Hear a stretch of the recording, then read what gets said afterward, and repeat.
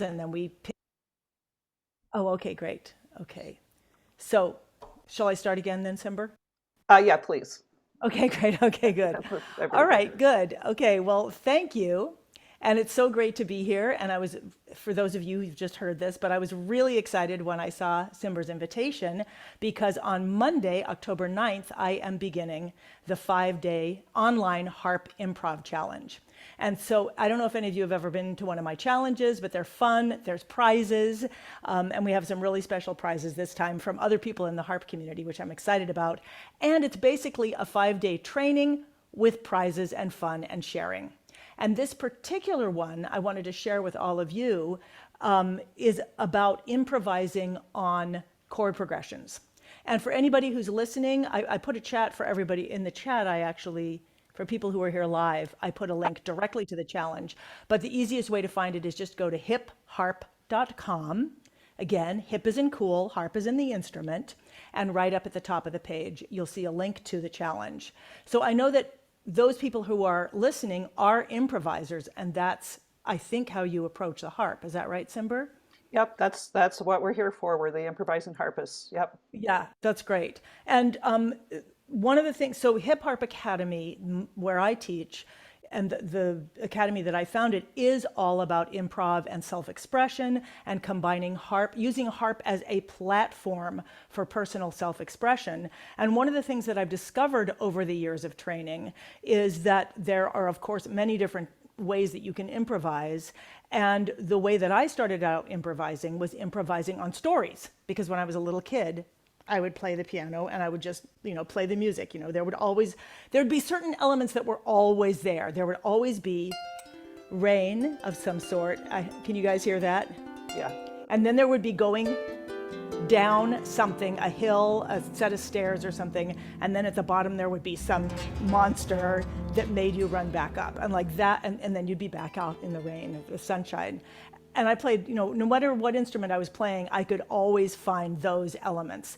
And that became my improvisation. And then as I started loving musical theater and wanting to play the songs that I loved, first I learned folk songs on the ukulele, and that was really powerful. I will never forget being 7 years old and learning the 3 chords that meant I could play every single song in the whole universe.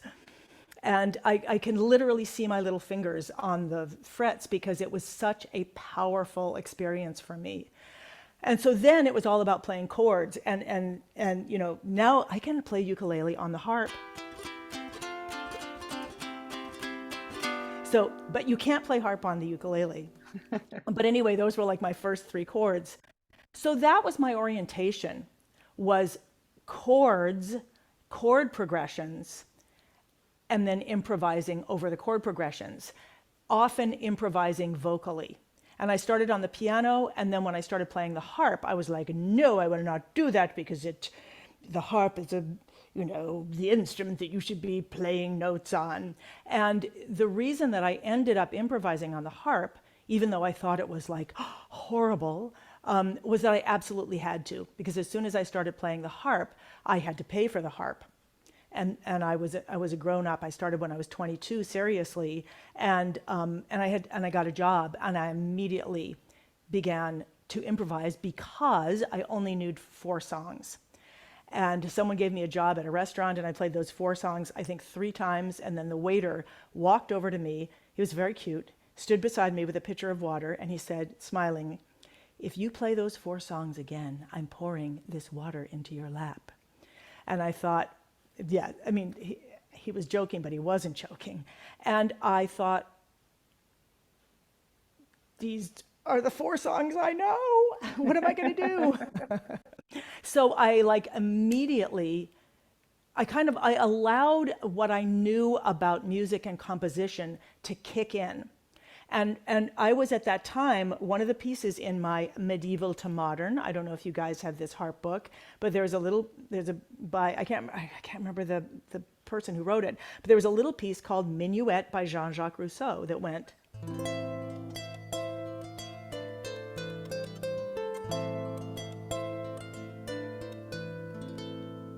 And I discovered that there were 2 parts to the song. There was that melody, and then there was a chord progression. It was a descending bass line, and it repeated.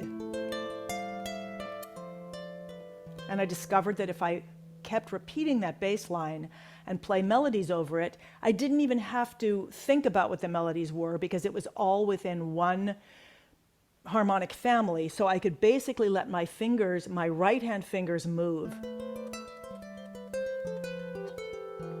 and let them play patterns and lines, and I could play that descending bass line until I got the sense that people maybe didn't thought I was lost, and then I would go back and I would play the melody again.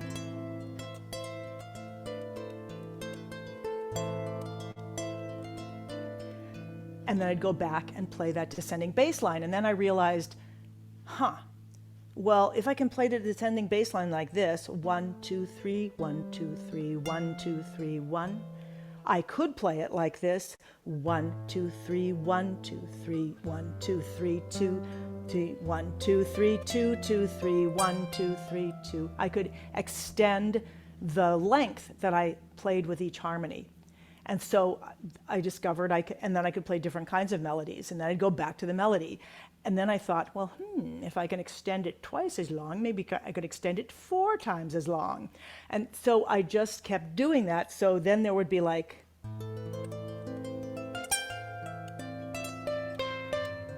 two, 3, 4, 1, 2, 3, 4, 1, 2, 3. So there would be like four. Hello, a dog just came in. That was exciting. And so I could stand it for 4 measures. So each tonality or each chord would become a 4-bar phrase. And that was how I first began to improvise on the harp. And I think of that as what I call, I can't remember exactly, the classicalists call it a rondo form, where you keep coming back to the melody and then going to what they call I'm jet lagged, by the way, so I can't remember what it's called, but it's a variation. Oh, they call it an episode. And then, but I called it having a home free, so that I had a place to improvise.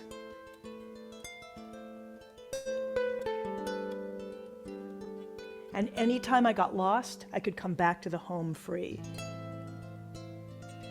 and get my bearings again. And this is a concept I now call in the Academy grounded expansion. So whatever you can ground in, then you can expand. So that was one form that used a chord progression, but it also used going back to a specific melody. And I know, Simber, we're not actually talking about any of the questions that you sent me yet. That's okay. Okay.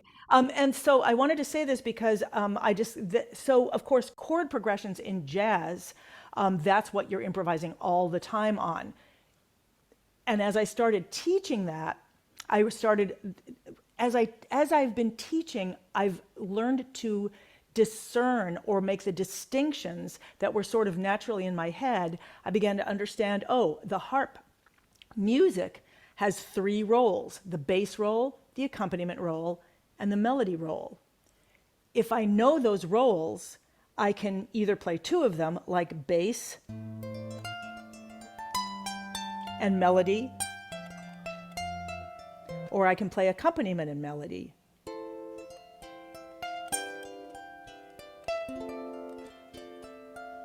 Or if I was singing or somebody else was playing melody, I could play accompaniment and bass. La da dee da da da dum dum, la da da dee da dum da dum. I don't know if you noticed this, but I also learned that I could substitute chords. I didn't want to go down. In this case, I went A and G and F, and I didn't want to go down to E because I didn't want to deal with levers, so I came back up to G. So I began to learn that if I was grounded in something, grounded in a chord progression, I could then also create substitutes for those chords.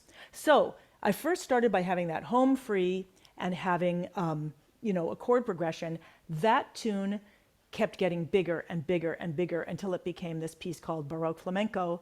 Now it's a concerto. It's actually being performed. I'm here to get to be part of a concert where I'm improvising, but also where I'm getting to see this master performer play my concerto. So it's exciting, and it's exciting to be talking about where that came from. I know, it's great. And the other thing I discovered is that this piece has at the end of it, goes down to G, it goes down to F, and then if I raise my G, I have an E7 chord, which is the dominant in the minor key. I discovered that I am passionate about the relationship between this E, and I'm sorry it's out of tune. It just is. Okay, between this E chord and the F chord, or the E chord and the D chord, and I discovered that I could improvise endlessly on.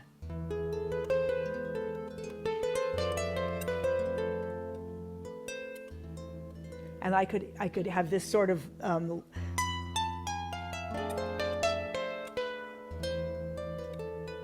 I could do something that was very simple. It was just 2 chords, but I could be very expressive and passionate.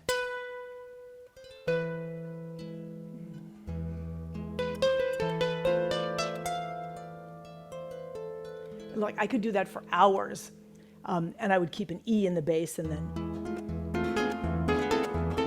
now I'm just taking a shape and moving it up the harp with an E in the bass. But I just discovered little by little, by starting out in one place and exploring it, I started discovering that I could unlock so many different kinds of improvisation. So what you're seeing here is the rondo form, or what I call grounded expansion, with a descending bass line as a progression. And then you're also seeing another sort of subside of improvisation where you have one shape. In this case, you've got the E, the G sharp, and the E. So you leave one thing the same and you change the others.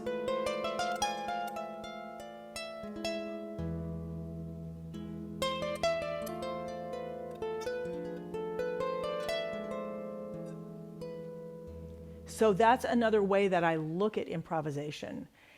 There happens to be a harmonic meaning to that, but there doesn't have to be. There's a lot of different ways you can take that idea. The same thing you can take, this is what I call a 1-5-10 progression, or 1-5-10 shape. You all know it, it's C, G, E. So you're basically taking a triad, but opening it up. And again, you just keep one thing the same, move the others. And now you're improvising again, but you're really focusing on shape and not harmony. This is staying the same. And you can move that shape, or you can spin off of that shape, or you can do both.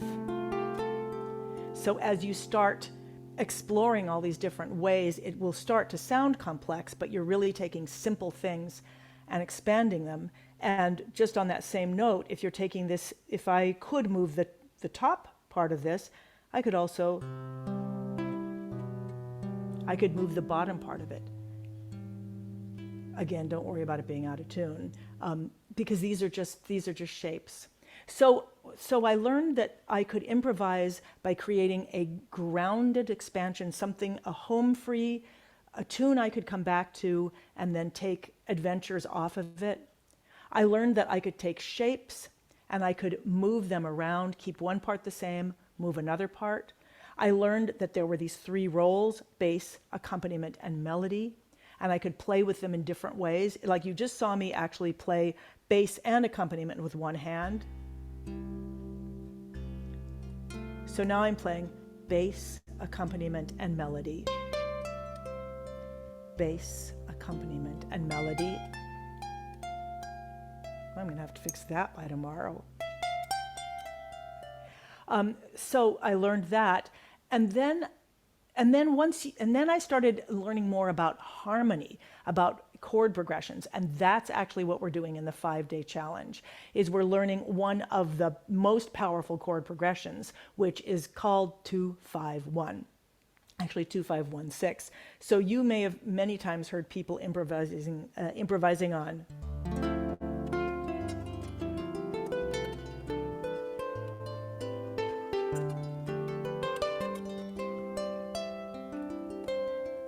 I'm improvising on 2, 5, 1 of C and 6 of C, 2, 5, 1. And if you looked at me without actually listening, you would see that I think I'm playing a bass with my left hand, accompaniment. Now I'm going to play bass with my left hand, accompaniment and melody with my right hand. 2, 5, 1, 6, 2, 5, 1. And now I'm going to play bass and accompaniment with my left hand and melody with my right hand. It can be helpful to literally not listen and just watch. 2, 5, 1, 6, 2, 5, 1. And one of the things that I'll be teaching in the 5-day Harp Improv Challenge is how you get from a very, very simple sentence that basically gives you D, G, C, A, D, G, C, how you get from that to being able to expand it even to that kind of harmonic extension and to improvise with it.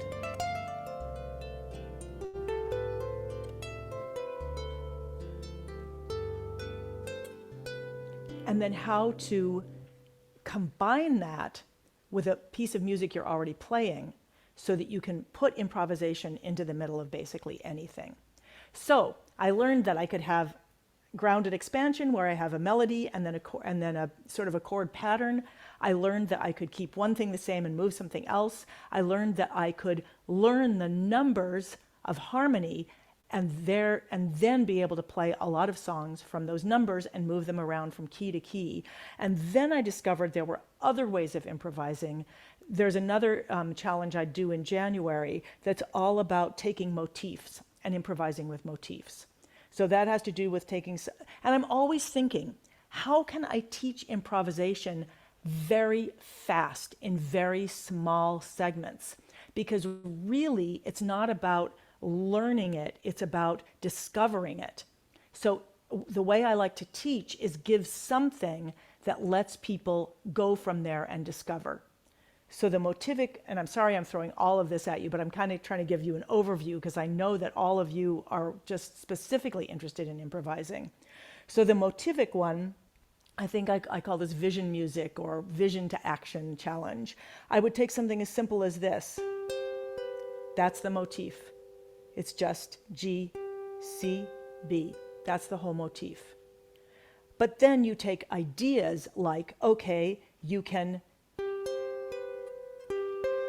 if you can go up to a melody, or if you can go up and down, you can go up and up. If you can go up and down, you can also go down and up. So then it's really about shape, how you start playing with a motif. And then if I add a second element, I think what is it? Oh, right, okay. I add a second element, which is this bass line.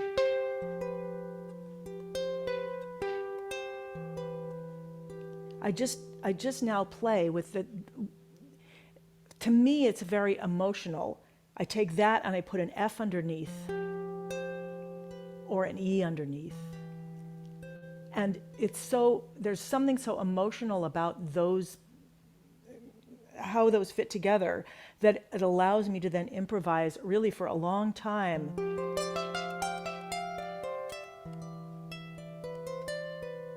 And anytime I get lost, I just come back.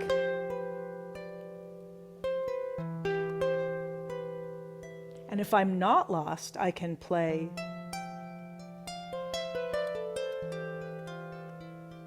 anything until I get lost, and then I come back. So you can hear that I'm saying the same things over and over or often when you get lost, having something to come back to, having shapes that you can play with. And then the final thing is in the academy, the members of so I have a year-long academy, and members stay often longer than a year. And there's about 150 people, and they're all learning how to be self-expressed with the instrument through improvisation. And they started saying, give us a snippet, just give us an idea, give us something to play with. And so so every week I started giving some kind of improv idea to play with, something I could teach in less than 2 minutes, but then if you keep playing with it, it takes you to discovery. For example, here's just one of them. If you're in the key of C, you put a G in the bass, and then you take the shape of a sixth and a third. So there's a sixth between my third finger and my thumb, a third between my second finger and my thumb. I just take that shape and I start moving it up. I can create a fanfare, or I can create the feeling that I'm building something.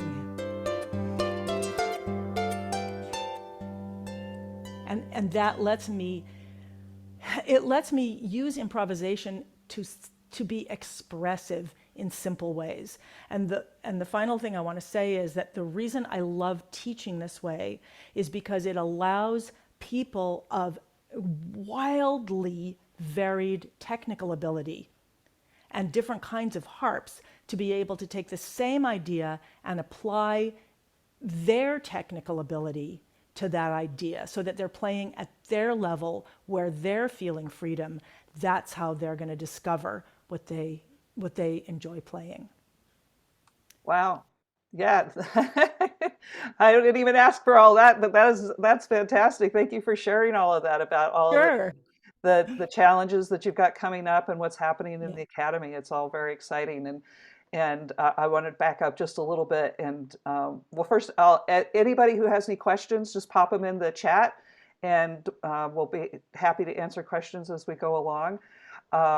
I wanted to back up just a little bit and tell people how we met, which was well over 10 years ago that I took a blues class from you, back when I was still living in Hawaii. So, and I've been following you and taking little classes ever since. And And I've been following you and watching your newsletter, which is oh yeah, great. thank you so much. And you've inspired me so much over the years. And so I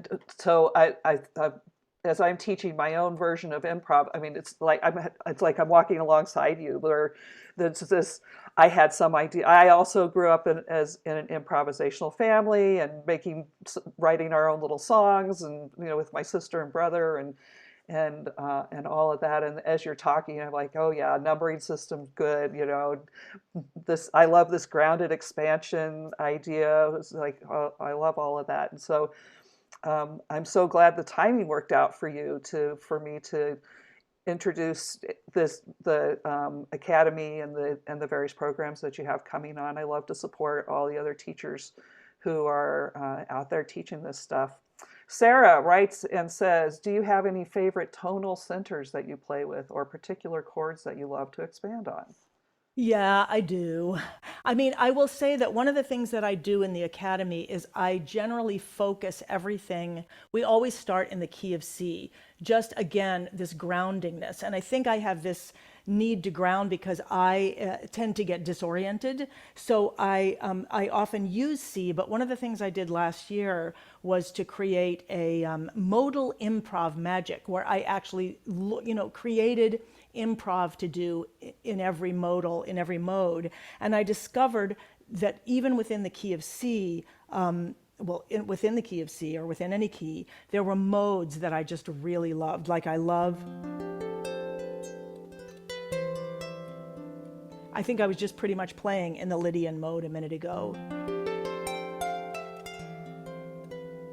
But so I love that. And I always have since a kid. I love this. La-dum, la-dum, la-dum, la-da-da-ya-dum. It's just beautiful. La dum la dum la da da da da da dum. So if we were in the key of C, that would be an F sharp.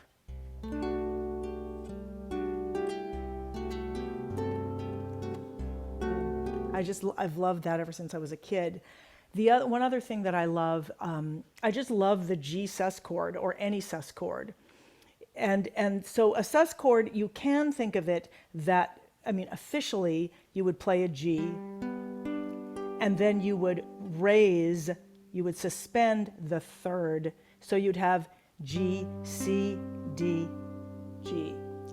But what I discovered, again, as a kid in playing pop music, is that if I take a G and put an F chord over it, or a D minor chord over it, I can do either one, but let's just take an F chord.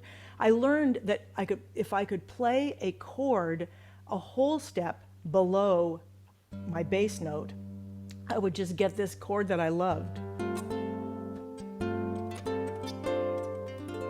And it's a dominant chord. It has a dominant function, but it's so much more, so much more heartfelt, like a dominant chord, G, B, D, F. But now I'm going to take the D, the B and the D, move them down or up, whatever. Anyway, now I've got an F chord. It's so much more beautiful than a G7, although there are times when a G7 is great. I just love that sound of the sus chord.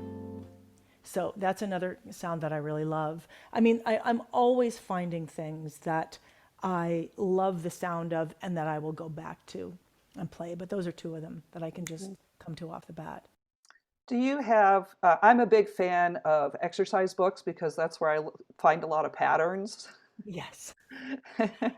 Do you I have favorite patterns or favorite exercises that you do for Yes. finding those patterns? Okay, so I just am in the middle of publishing something called the modulation staircase, and it is all about patterns that you then modulate. And I built it for myself. I wanted a set of exercises, a set of warm-ups that I could start on, and they would be finished at a certain time, and it would help me learn how to use the levers, because I came from the pedal harp to the lever harp, and they just threw me. So I created this set of warm-ups that basically has like arpeggios. So this is, and they use 2-5-1, 2, 5, 1, 6, 2, 5, 1. I wanted to learn to do this, and then I would modulate. Now I'm doing the same thing in the key of B flat, 2, 5, 1. Oh, there it is. There's so many strings. 6, 2. I won't do the whole thing, but 5, and then 1. And it keeps going. It goes all the way up. And it just to get me comfortable with it. So I was about to publish that, and I work with a team that helps me publish. And we looked at it and we were like, oh, this is combining modulation with the patterns. It's too much. So let's make it simpler. We made it simpler. We looked at it again and we were like, no, this is still too complicated. Let's make it simpler. So we created something called the modulation staircase, where you just are learning like,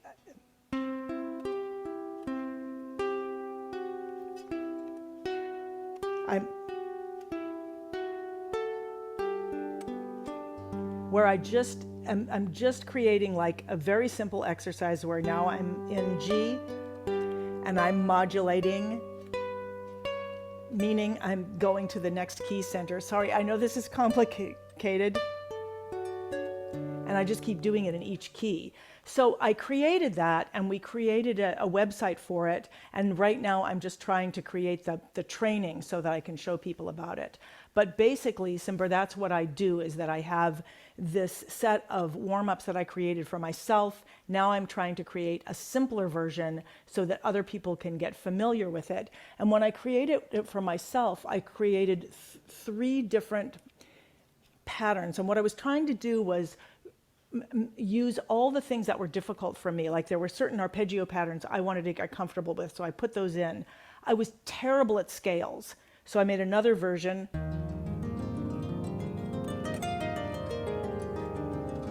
I was bad at other things there, and I combined those patterns that I had to learn with modulation, including, and I don't know if, well, I hope this is okay. Anyway, I mean, I hope I'm not confusing you guys. I just, okay. No, this crew is following you. We're good. Okay, good. So I made this set of exercises that brings in techniques, patterns, and modulations. Created it for myself. Now I'm trying to create it for other people. My favorite part, and I don't know if I'll be able to do this, is I wanted to get classical technique because it's really helpful, but I noticed that many of the classical pieces were not using my hands equally. So I created, and let's see if I can do this.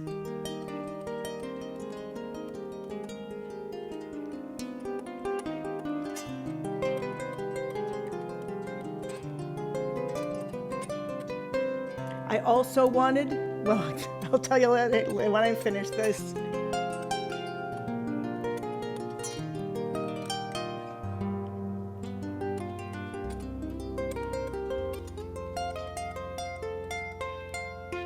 So I also wanted to create exercises. So this just modulated as well, but it was in a much more complicated form. And each of these modulates all the way up the harp and then all the way down the harp. I created them originally for pedal harp, to help me and my students get more comfortable with modulating, and then I created them over for the lever harp, because I didn't think it was possible, but I had a lesson with Maeve Gilchrist one day, and she was like doing, oh yeah, and I was like, well, I want to learn to do that. I'm going to have to slow it down. And so I wanted to make an exercise for myself where I was able to practice, using double levers, using opposite, putting one up and putting one down. So I'm always creating things to help myself do things, and then break them down so that I can share them with other people. Yeah, super cool. So Justine says, I would absolutely love your original exercises. So yes, well, I can give you guys a link to the modulation staircase, which is still, it's all there, but the training just isn't there. It's sort of more like sheet music right now. And then once people get familiar with that, then we can take them to the next level, and then to the more complicated level. And the funny thing is that we have all the complicated stuff now, but we were just like, whoa, that's just too complicated. And so now we're trying to build back down so that we can really make a bridge for people to understand. And the cool thing about this is that once you get the pattern, then the next set, what I was teaching students when I was teaching jazz one-on-one, is you take those same things and you add rhythms. I'm doing exactly the same thing. It's the same.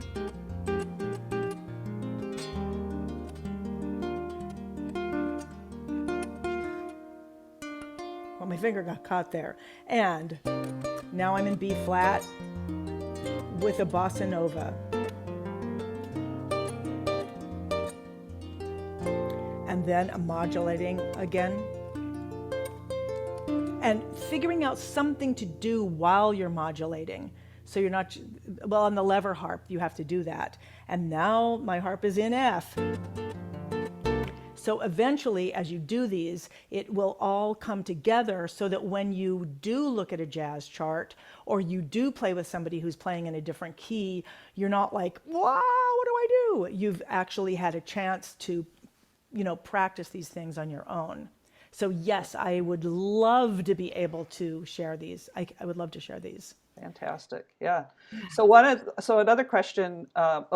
Somebody's. Oh, Jazineth. Oh, Have you adapted a lot from Jamie Aebersold book? It makes sense. Yeah. Yes, yes. So the Jamie Aebersold book, I actually never looked at those, but I kind of got the idea that, I mean, at first I was thinking, well, I mean, it's just an idea, and then you do this, and then you do that, and then began to realize when I made the exercises for myself that having an idea is not actually being able to embody it. And having exercises like the Jamie Aebersold, where you can embody it so it gets into your body and then you have it available physically, that's actually part of the, that's a huge part of jazz. So along the same line, I'm a big fan of patterns, hand shapes, and using all Hmm. that on the harp. We're so fortunate that we get to do that compared to pianists, I know. right? That is what made me stick with the harp. I mean, first I loved the mechanism of the pedal harp. I loved machines as a kid. So I was like, wow, it's a machine you can play. But the fact that this instrument is symmetrical, well, actually, I guess it's not symmetrical. It's the opposite of symmetrical. It's where it's exactly, what is that word? Where, Asymmetrical. no, No. but it's like your hands are exactly the same Oh, shape. What yeah. is that called? I don't know what it is, Ambi but something. but it makes it Linear. linear or something like that. Yeah, that was because I had to play quickly. I suddenly realized, like, wait a minute, here's a shape that sounds great all over the place. Maybe not everywhere, but it sounds well. This one does that. Every other string, there's this thing, and I can do it in any key, and I don't have to like come up with all these other ideas. I can be expressive rather than being like, oh my God, how does this work? Which is how I mean, I didn't feel that way on the piano because I just found my own patterns. But the whole thing of playing scales and stuff, that was really confusing to me on the piano. So I have another question for you. Do Yeah. you transcribe solos from other jazz players? No, I didn't, but I did start playing with others almost immediately. So I was getting a lot of input from others. I Hmm. think it's a great thing to do, and I think it would be definitely worthwhile for me. But I love that. What I discovered, and I was playing the pedal harp, is that so long as I was modulating into the areas that I needed to modulate to, was doing that with the pedals, I could just play shapes again. I could play lines that, and they would be harmonically correct. They would fit. And so that's what I did because I needed to be playing very, very quickly. And Hmm. I played with people who were not had no problem telling me that, that sounds like crap and you should do this instead, or, Right? how come your lines all do this, and whatever. Okay. I think it's a great thing to do though. And one of the things that I like about doing something like transcribing solos, I really like, for me, the cross pollination from other instruments was really important.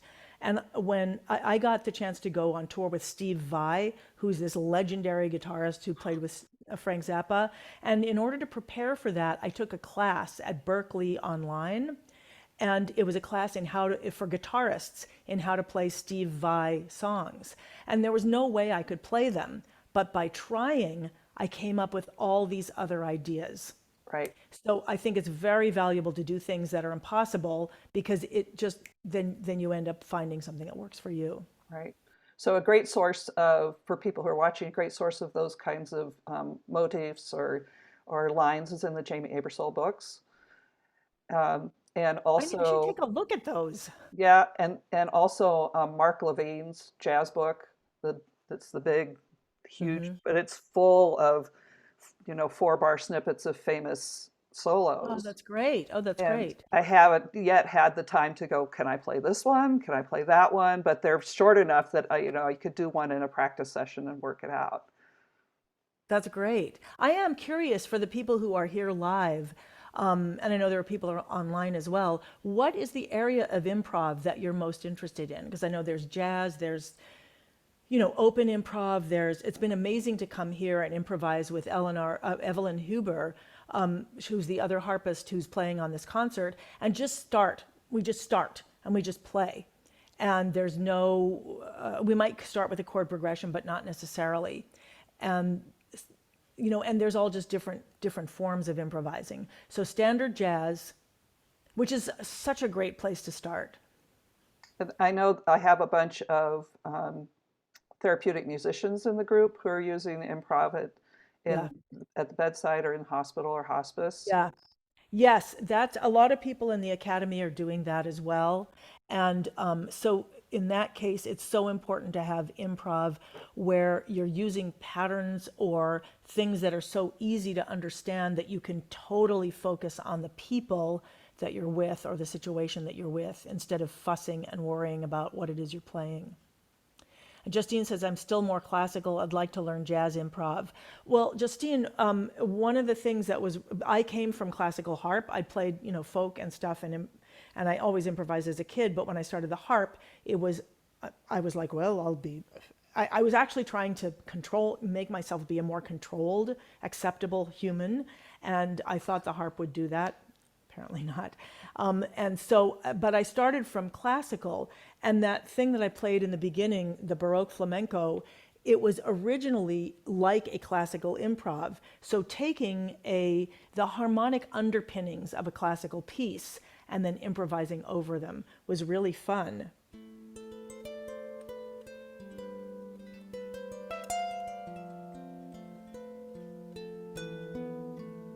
And you can take classical like that's just a classical pattern and use that with any chord progression actually. So that's kind of an Alberti bass. That would be an Alberti bass.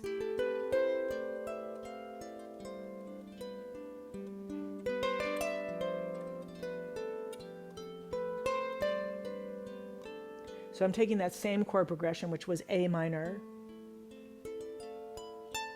G, F, and G, and just repeating that. I'm creating a vamp out of it. But you could, so, I mean, like the difference between classical improv and jazz improv, I don't know what's going to come out of my mouth right now. So I'm just going to go ahead and jump there. It has to do with different types of chord progressions, different accompaniment patterns, and different rhythms or feels, but it's still the same thing. You still have a bass movement, you still have accompaniment, and you still have melody. Great. Okay, so Sarah says, I just want to break out of my classical training. I teach at School of Rock, and I want to expand my harp playing into a fourth dimension of expression and creativity. Woohoo, Sarah! Yeah, that's great. So to break out of your classical training, so what part of it do you want to break out of? Is it breaking out of being stuck to the notes on the page, or is it break out of the sort of more square, and I don't mean that in a negative way, because I love squares, but the more even square rhythms? What is it that you want to break away from? You can unmute yourself, Sarah, if you want. Okay, I was like, do I do that? So like my training with harp was so classical based, and I was actually the harpist for a symphony at one point. So like I just have this really like my mind as far as the harp goes is so in the box, but it's weird because now I teach all these other instruments and I teach rock music, which I love. I've taught jazz and I've even done improvisation on other instruments, but I just want to be able to kind of expand it. And one of the things that I love, which is I think one of the reasons when I was really young, when I saw Baroque flamenco, which I thought was so cool, is a crossover between styles. Yeah. So like for me, I'd like to eventually get an electric harp and play an electric harp in a rock band. But I also love it when artists, like I think of like Gangster Grass, where they hit like rap music, but then he's playing with a bluegrass band. So like that's something that I'm really interested in, is taking two very different genres of music and mashing them up.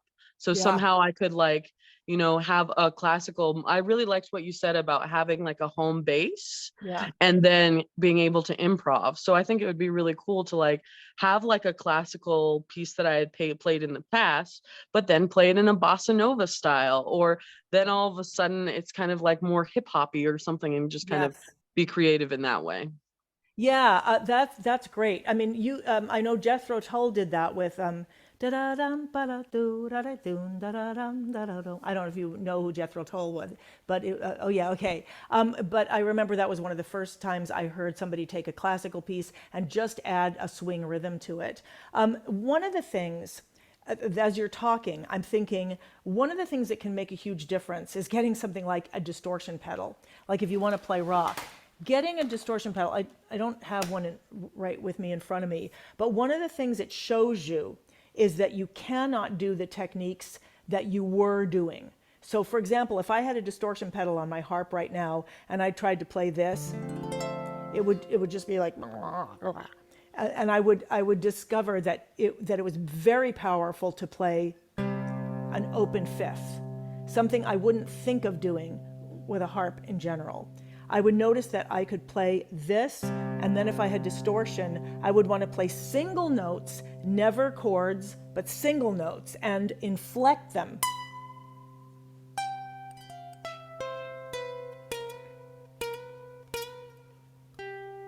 So we don't usually inflect notes in classical music, but that's one of the things that I discovered as I put the distortion pedal on. It made me see, oh, it is not effective to do all the things that I thought were effective on a harp. And in fact, it is highly effective to play that open sound and single notes, which is something you would think would be like, well, that's boring. It's just an open fifth and single notes. And so getting out of the mindset of like, well, that's not enough. There's got to be a lot more notes.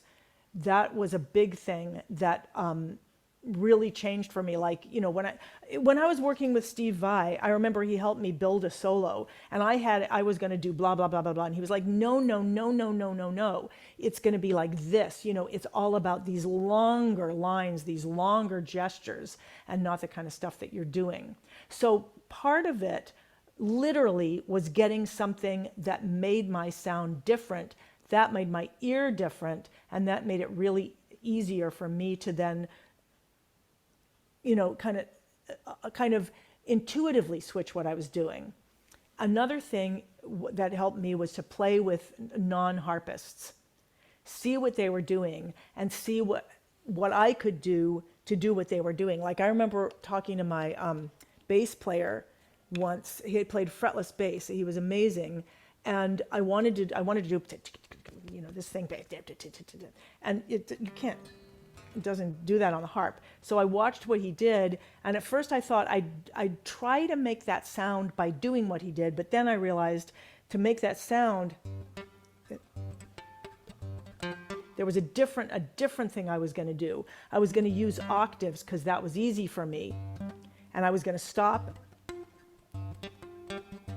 So I had to translate, and that takes me to one of my favorite ideas, which is, I remember I was taught in college, we were studying poetry, and they said you can make a literal translation of a poem where you were literally, you know, taking word for word and translating, or you can make a poetic translation of a poem, and where you're getting the meaning and the feeling. And when we take, like, go to rock, we need to make a poetic translation of what a guitarist or a pianist would do on our instrument. Is that helpful? Am I speaking to what you're thinking about?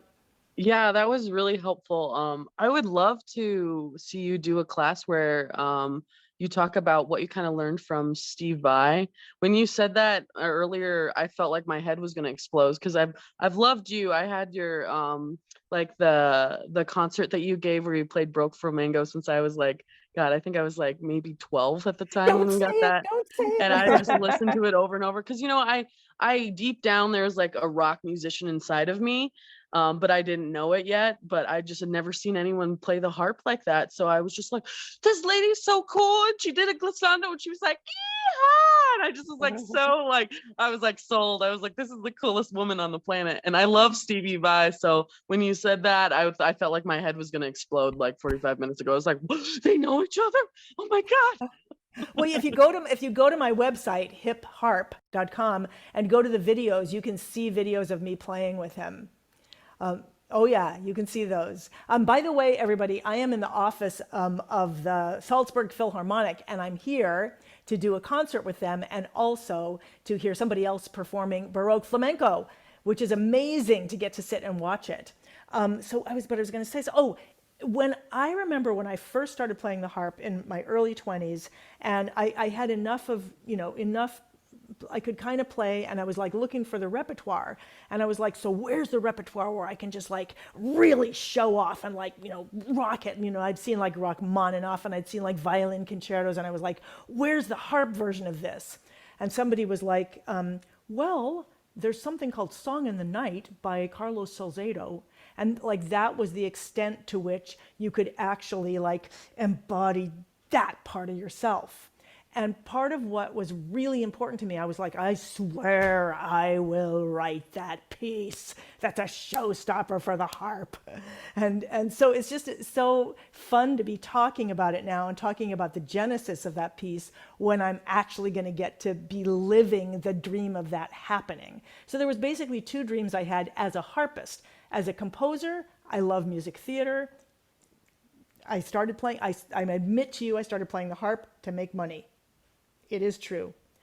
And then it took me on this amazing adventure. But my two dreams on the harp were to write the music that would connect audiences and, have people go like, oh, wow. And because I just love that. And then also to improvise. First starting with jazz and then to open it up to more original and so on and so forth. Fabulous. So we've got just a couple more minutes here. I want to get to Robert's question or comment here. So I also like to take something more modern and put a classical style to it. Ooh, like what? Like what would you take? What can we do that you have in mind to do? Well, I'll tell you, actually, I can tell you a couple of things that I would always do to add a more classical style. Three things. And I will also say for anybody who's watching this, I just want to remind you again that the Harp Improv Challenge starts on Monday. And if you can't get to the link, you can always go to hipharp.com to find out about it. And the Academy then starts shortly after that. And in the Academy, I then take things beyond what you'll learn in the challenge. And the quarter that we're going into is the quarter that's called structured expansion.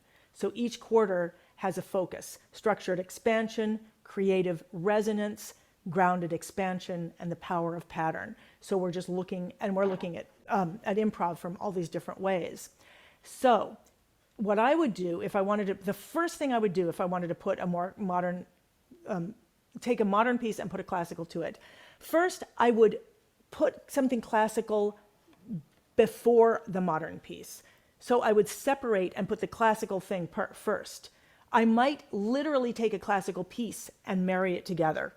Like I remember at one point I used to play Black Orpheus and Bachianus Brasileiras together, or Tchaikovsky, Waltz of the Flowers, and put it, you can put that together with anything. That's kind of like the cheap way to do it.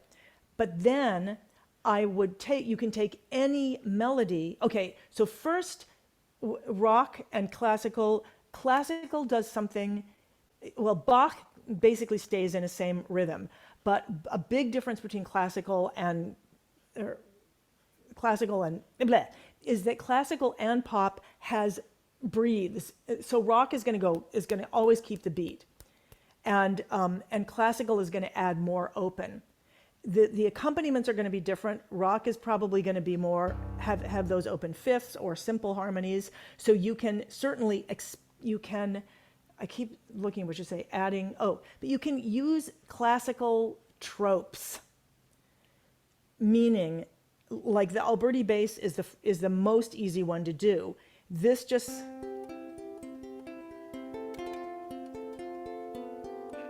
that is just like that says classical right there. And so it's the easiest way to do that. And what it is you take a triad and you go 1, 5, 3, 5, 1, 5, 3, 5. I mean fingers. No, I mean, sorry. This is a C chord. 1 5 3 5 1 5 3 5. But then when I do the G chord, I probably will just take the bottom two fingers and put them down. So then that's B, G, D, G, B, G, D. So I'm both using that accompaniment pattern, and I'm doing a sort of a lazy harmony. I'm not going, well, you could do that. I guess I could jump down and do it, but that's like a classical cliche, but there's nothing wrong with it being a cliche. So if I wanted to give, I would start with cliches and then expand from there. Because cliches kind of hold within them a whole style, but then you can get creative with a cliche and open it up. Does that answer your question? Okay, great, good. Right, so what time of day is the improv challenge? Oh, it's online, it's all day. A different challenge comes out each day. You have 24 hours to play with it. There's like a 15-minute video, then you play around with it, then you share your answers. It's all online. You can do it at any time you want. There are a couple of live sessions, but everything is recorded. So you won't miss any of it. How much theory? You don't need to know anything. It literally starts from nothing. Fabulous. That's what I love about it. And then you can expand it. And if you like what you're doing, then you can expand it more in the academy. Yay, mahalo. Dale. Oh, Dale. Hi, Dale. Aloha. He's dialing in from Oahu. All right. So anything else? How's it? Yeah. So Shaka, back to you. I just wanted to see if what kind of postmodern jukebox. Wait, Sarah says, what kind of postmodern jukebox does okay, all right. I think that's an answer to somebody else. There's a band called Postmodern Jukebox. Okay. That's what they do, but they take pop and make it jazzy. So okay, they're super cool. and so Justin is saying, I'm still more classical. I'd like to learn jazz improv. This is actually a great quarter to do that in the academy, because what I'm doing in the academy this quarter in the structure is freedom is teaching the form. There's one form that shows up all over the place. It shows up in classical music. It shows up in jazz. It shows up somewhat in folk. And in classical, it's called the sonata allegro form. I call it the 5-part arrangement form. So that's what I'm teaching to people who don't necessarily want jazz, but it's also the form that jazz uses. And so there's 2 classes this fall. One is called Hip Harp Toolkit, and the other is called Jazz for Harps. So, but you can learn more about it. If you join the challenge, I'll be talking more about what we're actually doing in the academy. Great. And I'm always happy to answer questions. What's There's the actually easiest a way place for people to, how do people reach you? Yeah, okay, so I have an ask a question form. I think you can go here, give it a try. I think you can just go to Hip Harp. Well, it's HTTPS, blah, blah, www.hipharp.com, then /ask. That actually gets to me faster than if you just send me an email. Okay. And then it's great to come to the challenge, to come to some of the live sessions, because I'll be doing Q&As and where I answer stuff. And in the academy, we have chats, we have 90-minute sessions every week where I'm answering questions, where we're learning a new snippet, where people are sharing what they're learning. So that gives a lot of access. Fabulous. Yeah. And anything Simmer, else? thank you oh my God, you had so many great questions. And I think we just barely scratched the surface of them. But I would just say finding something to play with, like what you'll get in the challenge, and then playing with it, sitting down, put on a timer, play with it longer than you think you can. Start playing with it. And if you feel like, well, I'm bored, I don't know what to do with this, put it in a new key. You'll start making mistakes, and those mistakes will start getting you interested in what you're doing. Fabulous. That's the biggest thing I learned when I started playing jazz. Was in classical music, I would learn a piece, I was done, I'd go on to a new piece. In jazz, you learn it and then you expand into it. I'm so glad to hear you say, use a timer and go uncomfortably long. This is something that I also teach, because Yes, there's that wall of boredom, and all the right, interesting ideas are on the other side of that right, wall. And right. changing keys is a fantastic way to create a doorway through that wall. I love Yeah, that's a great way. I always talk about in something I always talk about practice. You can practice to get something, or you can take on a practice to let it get to you. it. So when you take on that practice and go beyond with the time, that's when it starts opening up and you start finding your way and your sound. Yes, practice with the iReal app. Yes, Okay, I great. love my iReal app. Ooh, I don't even know it. I can't wait to check it out. Oh, it's like 5,000 backing tracks for jazz standards. It's you can make it go Ooh. faster, slower, any key. You can change the band members. You can Oh, swap that's out. great. Oh, yeah, absolutely. Get the Wow, you can iReal fire Pro. band members and nobody gets mad. You just Oh, keep, exactly. Exact. Oh, I'll send you a separate note. It's wonderful. Yeah. great. All right, So we I'm should gonna, wrap up because we've taken an hour's just flown by. Thank you so much for coming to the oh, Improvising thank Harpist you. Facebook group, and for those of you out there listening and here today, the Improv Challenge next week starts on Monday. Go to hipharp.com to sign up, and Deborah will take you through the journey. Well, I'm on vacation next week, so Well, that's okay. You can sign up. I mean, you can always take it afterwards. So fabulous. you can, so it's good to sign up and tell it's really fun to do it with somebody else. So it's great to come with a buddy as well. Yeah, yeah, we'll do that. All right, everyone. Thanks so Thank much you. for coming. It's Have a great to great meet time all of in you. Austria, and we'll Yes. see you all next time. Take care. Thank you. Uh-huh. Bye. Bye.